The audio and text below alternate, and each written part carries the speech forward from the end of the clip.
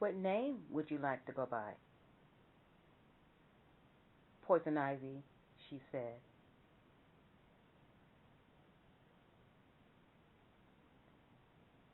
How long ago was your ordeal? 2016. They met in 2009 at CSU, Central State University, in Ohio. What steps did you take to keep yourself safe? She moved her and her kids out when her abusive husband was at work. Do you know where your stalker is now? Yes, he lives at the same place. Do you feel safe? No. Do you think he will be back? Yes, she replied. What do you hope others will gain from your story? Get out while you can, and don't take revenge.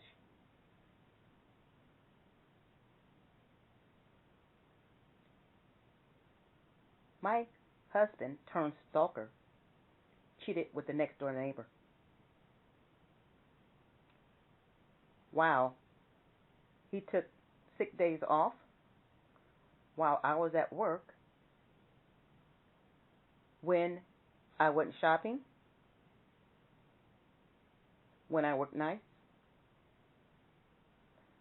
basically when I was not home, she said. The neighbor was a stay-at-home wife. My husband worked as a mechanic. I am a nurse, and after many years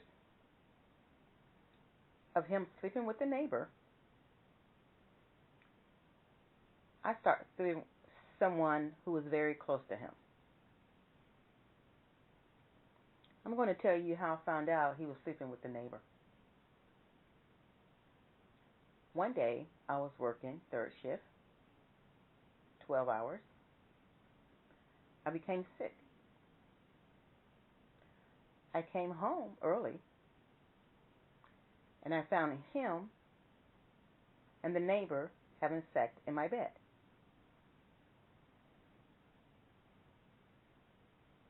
I didn't say anything.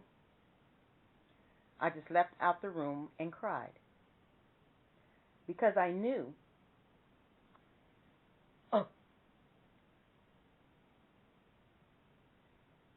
that something was going on before. I had intuition, but I never acted on it.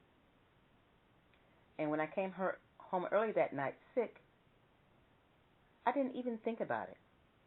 I didn't even think about what I will find, who I will find in my bed with my husband at 1 o'clock in the morning. So like I said before, I went downstairs and cried because prior I would come home from shopping and he would be coming out of her house. And his excuse was he was looking for her husband. They were acquaintances because we lived next door to each other. A few times, I would come home from the grocery store or be getting my groceries out of the trunk, and I would see her leaving my house. And I would ask her what was up with that. Well, I would ask her why she was leaving my house. She said she was looking for her husband. That's odd because her and her husband drive separate cars, and each occasion when I saw my husband coming from her house or her coming from my house, her husband's car was gone. On one occasion, she told me that her husband's car was in a shop and she was taking him back and forth to work. I became very, very suspicious after that. And one occasion, my kid stayed home sick from school while I had to work first shift. And when I came home, he asked me why me or my daddy, his dad, was fighting. I said, fighting? Yeah. He was beating you, and you were saying, ow, ow, ow. Keep doing that. I said, no, you must have been dreaming.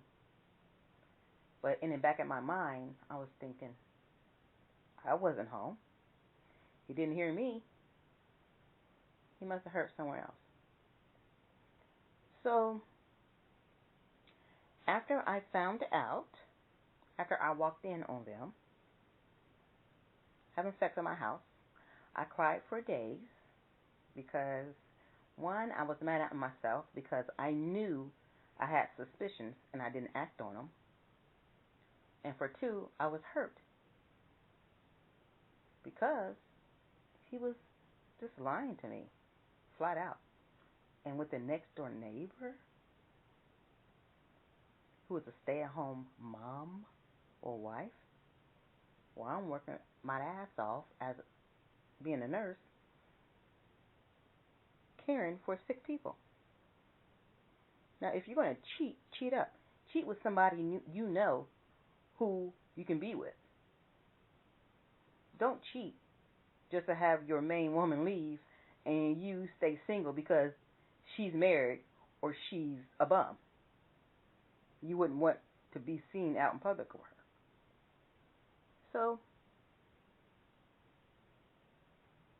I went to a party, me and my girls, and I saw his frat brother. We all went to CSU, and we all partied and hung out. He asked how we were doing in our marriage, and I told him everything. His frat brother always had hots for me. He always flirted with me on the down low. He always hugged me tight and brushed my behind accidentally. So I was like, this is my chance. So we talked for a while, met up a few times, and then I decided, hey, this will make me feel better, and this will get back at him. So we had an affair for 3 months until my husband found out. When he found out, I was sleeping with his frat brother. He broke my nose and knocked a few of my teeth out. Now, he did this while our kids were at school, and I didn't see my kids because I was on this 12-hour shift. So my nose pretty much healed when I was able to really spend time with my kids. And I just told them I had a bad tooth and the dentist pulled it out. So after a few beatings over several months, I made plans to leave him. While he was at work doing his mechanical duties, I packed up my kids and we left. Didn't tell him where we were living, but one day he showed up at my job in the parking lot and beat me again as I was leaving work.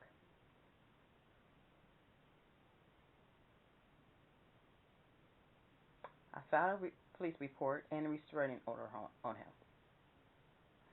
He was picked up and jailed, but he never left me alone.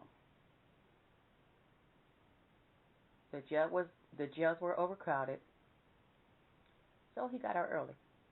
He was on probation, but he got out early. That piece of paper didn't matter to him. He still stalked me. A couple of times when I came out from work, all my tires were flat. And you can see the knife punchers in all my tires. I got rides from coworkers back home. I spent a lot of extra money getting those tires replaced.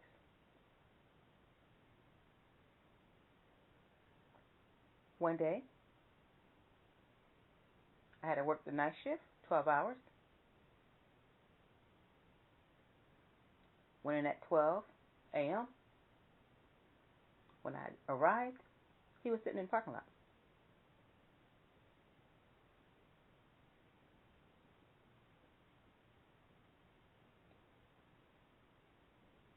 I was the only one out there at the time, so I drove away. Drove to the police station, and he drove right past me. I thought I'd never police report on him. This time, they gave me an excuse. Well, it's hearsay. We need to have proof of that he was really stalking you. But you have proof from my prior injuries and my prior TPO. Well, our department, it was really backed up, and we don't have enough officers to keep going out to your house whenever you say your ex is stalking you.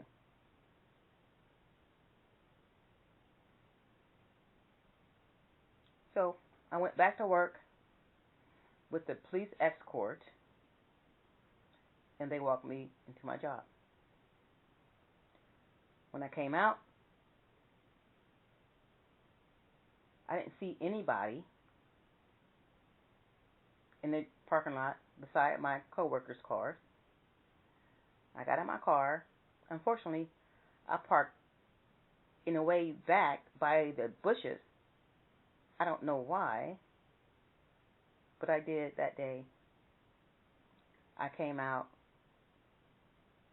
and he shot me just as I was getting into the car.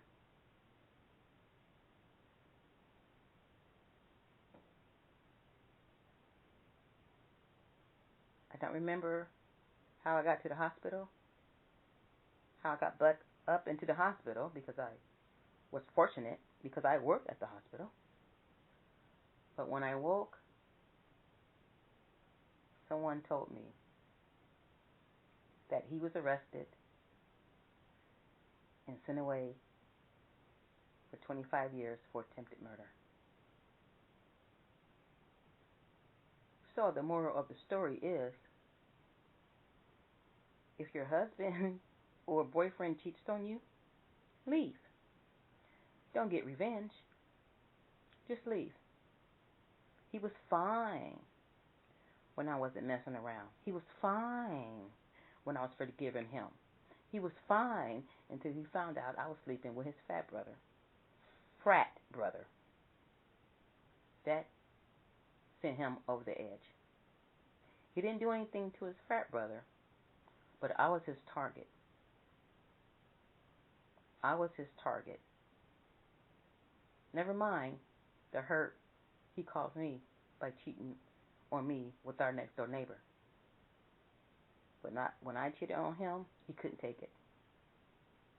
Do not seek revenge and cheat on your husbands or boyfriends, because they cannot take it like we have taken it. And it would end up really bad for you. So just let it go and leave.